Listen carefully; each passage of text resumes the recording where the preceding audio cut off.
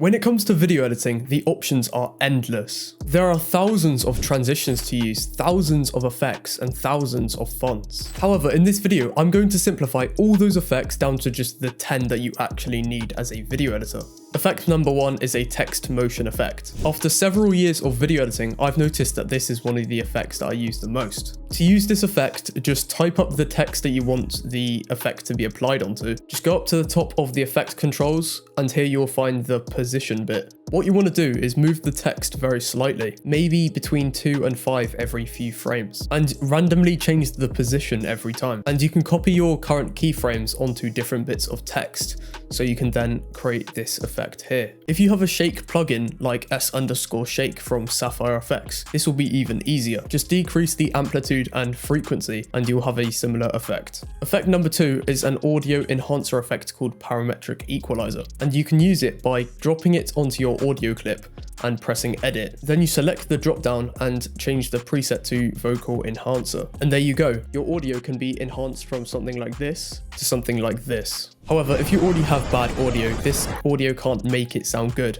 It can only really enhance it. Effect number 3 is a very simple yet effective effect/camera thing, whatever it is. I don't even know what to call it, but it involves going back up to the top of the effects control panel. Then you keyframe the scale wherever you want the effect to start. Then you move forward by about half a second or so, and increase the scale by about 10, or however much you want the effect to zoom in. Then you highlight the keyframes and press the arrow to open up the keyframe animator. Then you grab one of the blue lines on the side and then move it closer to the middle to form a steeper line. Then you do this with the blue line on the other side to form a bump. Try to make the lines of equal size, and when you've done that, you should have this effect. The fourth effect is another audio one, and this one is actually really simple. When you have audio that contains unwanted background noise, go up to the effects panel and search for denoise. Then just drop that onto the audio clip. You can increase the intensity of the effect to increase or decrease the amount of background noise, but try not to increase it too much, because if you increase it to something like 100 or 90%, sometimes the audio can sound like it's coming from underwater. This doesn't happen every time, but it does happen sometimes. So if it does happen, just decrease it to something reasonable like 80, 70, 60%.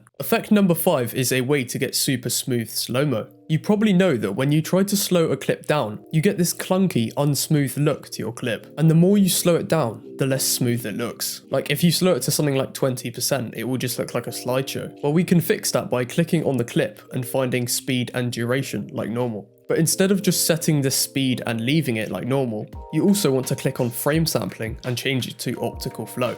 Now, instead of that unsmooth look, you should have this silky smooth slow-mo. The sixth effect is a text glow that I frequently use on my text. The way you can use this effect in Premiere Pro is by searching up VR glow in the effects panel and by adding it to your text. You then just want to adjust the luma threshold, glow brightness, and tint color until you get the look that you want.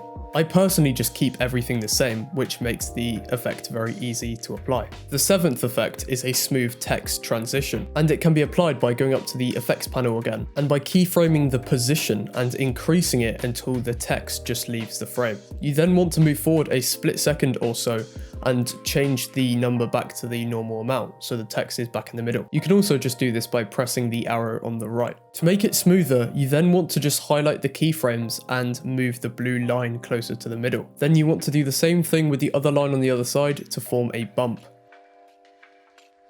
Effect number 8 is a shake transition. I've used a lot of these over the last few years, but unfortunately Premiere Pro doesn't have this effect inbuilt in the software. You can try and make one yourself with the transform effect, or you can just use a preset from somewhere on the internet. I'm not going to sell you one or tell you where to download one, but you can just search up on Google free shake transition presets and just download a few off Google, and you should get something like this. The same thing goes with effects 9 and 10, which are pan transitions like this, and light leak transitions like this, which again, Premiere Pro doesn't have built into their software. But again, you can just find free presets for these effects online. These aren't all the effects that Premiere Pro has to offer, but these are the 10 effects that I think can take you very far with video editing. If you have any other effects that you think should be included, leave them in the comments below.